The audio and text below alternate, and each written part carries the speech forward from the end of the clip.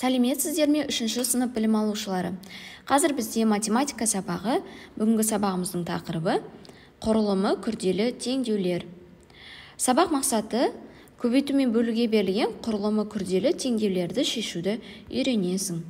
Балалар, дәптерімізді ашып, бүгінгі ай-күнді жазайық. 17 қаңтар сынып жұмысы. Теңдеу дегеніміз ішінде бір белгісіз саны бар теңдік. Мына өрнектердің қайсысы теңдеу? Ойланып көрші. Ережеге сүйенсек, теңдеу дегеніміз ішінде белгісізі бар теңдік. Ендеше x бөлу 6 тең 18 минус 5 бұл теңдеу. X бөлу 6 тең 18 азайту 5 теңдеуін шешіп көрейік. Бұл күрделі теңдеу. Сондықтан оны қарапайым түрге келтіріп аламыз.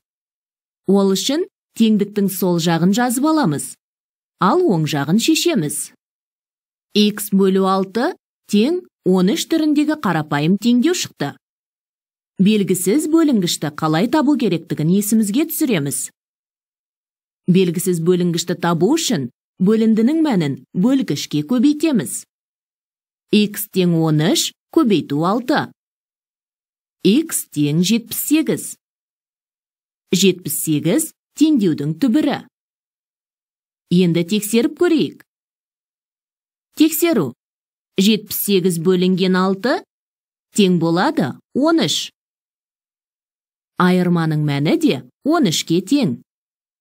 Олай болса, теңдеу дұрыс шешілді. 13 тең 13-ке. Балалар, енді жай теңдеу, қарапайым теңдеу мен құрылымы күрделі теңдеуді салыстыра отырып шешейік. Қарапайым теңдеуді шешкенде біз x белгісіз айнымалы x-ті табамыз. Ол үшін x тең теңнен кейінгі санды біз 30-ға бөлеміз, яғни 210 мен 30-ды бөлеміз. Сонда бізде x-тің мәні 7 шығады. Бұл қарапайым теңдеудің шешу жолы. Астын сызамыз. Енді x-тің орнына 7-ні қойып тексерейік. 7 көбейту 30 тең 210. Енді балалар 7 мен 30-ды көбейтіп, астына 210 екенін жазамыз. Тең 210.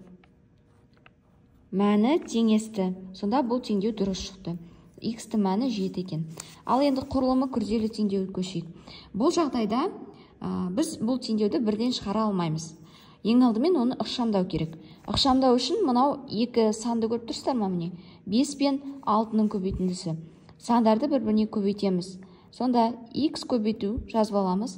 5 пен 6-ның көбейтіндісі 30-ға тең. Тең болады 210. Енді балалар, қараңыздар, біз мынау күрделі теңдеу. Күрделі теңдеуден біз қарапайым теңдеуге айналдырып алдық. Қарапайым теңдеуге келтірдік та, одан кейін біз оны кәдімгідей бірінші теңдеудегі сияқты шешеміз. X-ті табамыз. X-ті тапқанда біз көбейтіндінің мәнін көбейткішке бөлеміз. X тең. Теңнен кейін бізде білесіздер, мынау көбейту амалы сол жақ шетінде көбейту амалы тұрса, ол теңнен кейін бөлуге айналып кетеді.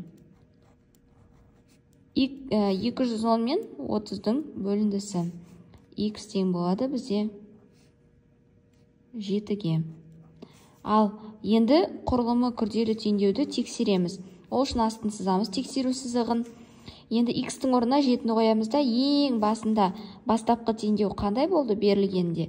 Соған саламыз. Кейбір балалар міне мынау қарапайым теңдеуге салып тексере салады. Ол дұрыс емес.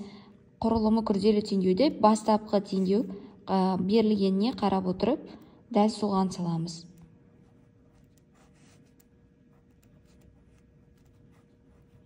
Ал көбейтіндінің мәнін табамыз. 5 пен 6-ның көбейтіндісі 30-ға тең. 30 пен 7-ның көбейтіндісі 210-ға тең. Сонда теңдеудің оң жақ шетіндегі 210 мәніне тең болды. Бізде екі теңдеуді да шығардық. Бейне материалды қарап шықсаңыздар, ал енді теңдеулерді шешуге кірісейік. Оқулығымыздың 23-ші бетінде номер 3 және номер 4-ші тапсырмаларды орындаймыз.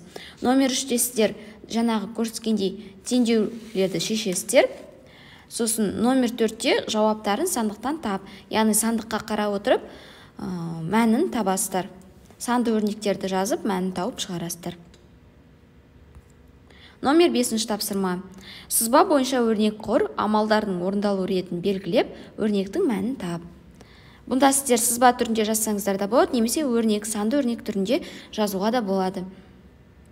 Ең бастысы, бос орындарға тиісті сандарды қойып, ең соңында қандай мәні шықты, сол жауабын табу керексіздер.